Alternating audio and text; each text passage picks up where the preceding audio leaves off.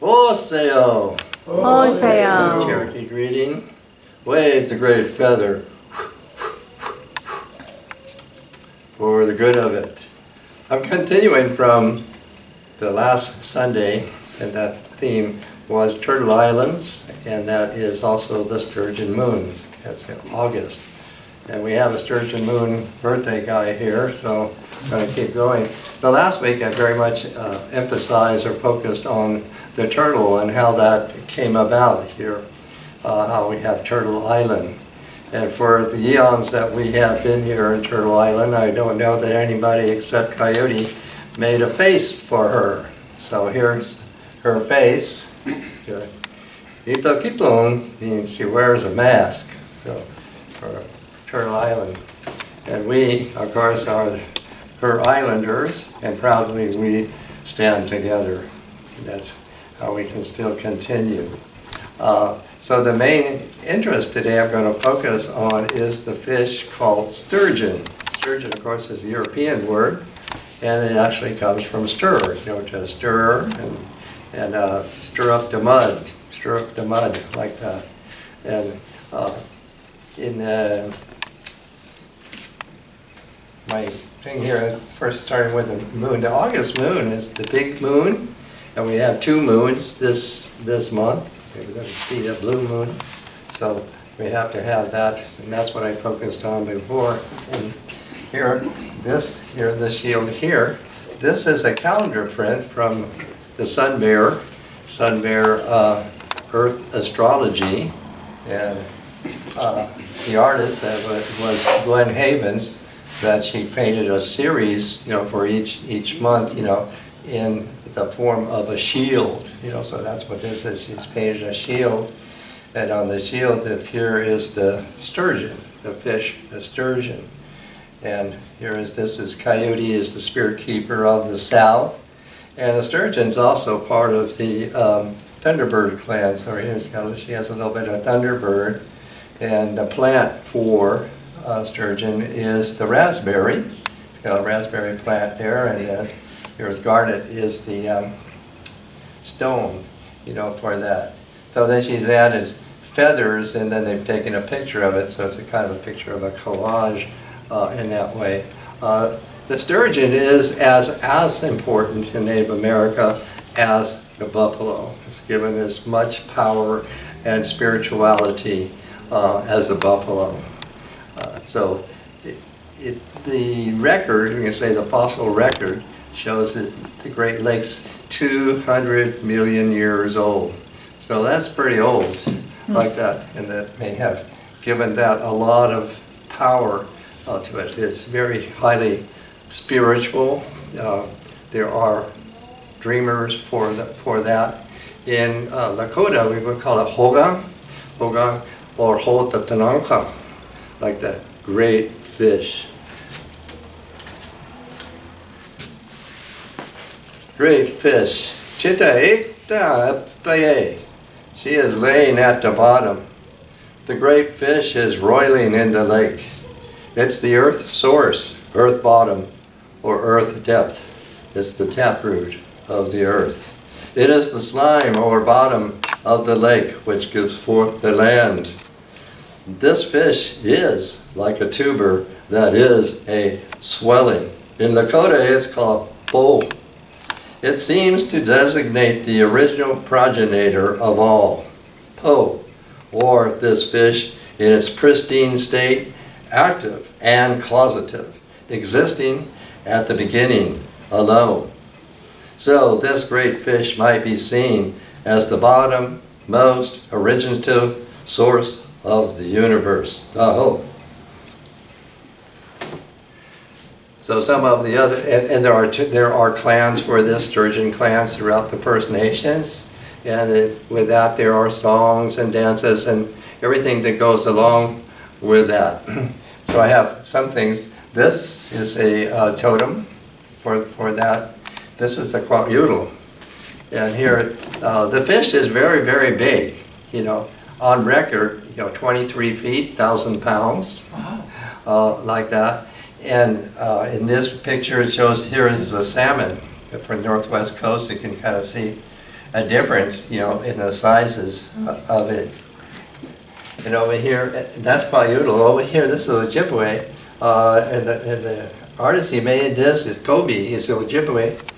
And what's interesting with this, you can see the fish that he has often characteristic of projecting snout. Not all of them, but some of them have that, and that's very characteristic. Here he called this one, this is the clan mother. This is the clan mother for the Sturgeon clan. And she's like sitting there with him, and there's her paddle, you know, like she's paddling a boat, you know, like that, paddling a canoe. So all of the spiritual power and benefits for this time, because of what we're looking at is the fish at this time in the lake, you know, came up to the surface. And they're very, very bright. They're very shiny. I tried to make it, you know, look with this one. They're very, very, very shiny. And that's really a part of the illuminating womb, the womb of the water here. So when the fish came up, they were a good time to harvest, and that was, you know, in October, in that way. So all of these kind of things that we were thinking about of ourselves, where those ancient things within us, you know, can now come up, and we can, you know, receive them, get together with those things, is the way we're thinking about that, like that. Now, you know, India, there's a funny coincidence, if that's a coincidence. Indians, you know, make American Indians, and India, so there's so much India in Indian, and so much Indian in India. Like that. So there is something, you know, that is related there. Of course, India, from time immemorial, is a pluralistic society. It was then, and it still is, except for Western Pakistan. That's a monotheistic. So that, and I would say that India is conceived as resting on the back of the turtle. So here in Turtle Island, also Native America is pluralistic. But now, after the long winter, now we would only say that we are a fractal plurality here, you know, but we do stand together in that.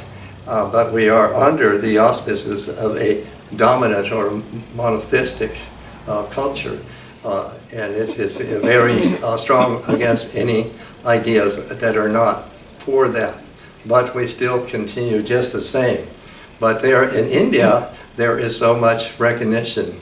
Mainly our continued knowledge is coming from the past 100 years, you know, after all those bad things that happened here. So we can look to India for this continuation. So here in India, the fish is still as important as I said last week for the turtle. So this murti, this is from India, this fish. And this is Matsya, and the fish and the turtle and the serpents, they are all feminine. They're all from the primordial era that still continue in India. And is all of these things are very revered. I last week said where the temple, 2,000-year-old temple for Kurma, the turtle, but I don't know one for the fish. But this is a figure for that, and that's why I have her here like that. I don't know whether there are sturgeon in India, but maybe they do because many of the illustrations. So I picked this particular illustration because this figure, I've replicated this, in other words, has the projecting snout characteristic of some of the species of the sturgeon. Gayatri Devi is the mother of rhythm, and it means sing, Gai, sing, and comes from the meter, a celebrated meter in the Rig Veda, which is a praise to the sun, Savitri, here. So she's remained hidden in the fish, Matsya, but here I have her emerging. At this time, she's emerging out of the mouth of the fish. And as she is emerging, she becomes Vamana Sakti. And Vamana Sakti means for us a new future, new forms, kind of new hope as she is coming out there. So all of that. And here in my display, in Americans, they have the adage stars and stripes. Probably the stars and stripes was really taken from the Cherokees by Betsy Ross. I think she might have been related to Chief John Ross of the Cherokee. But we mean this is the great star nation. And the stripes, Kaliski means ceremonial. That means that this is consecrated ceremonially, is what I'm meaning for all of that. I'll kind of finish with a Navajo chant here. In that flowing water, my mind wanders across it. That broad water, my mind wanders across it.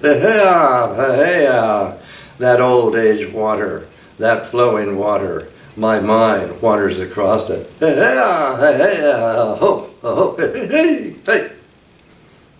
Thank you. Aho!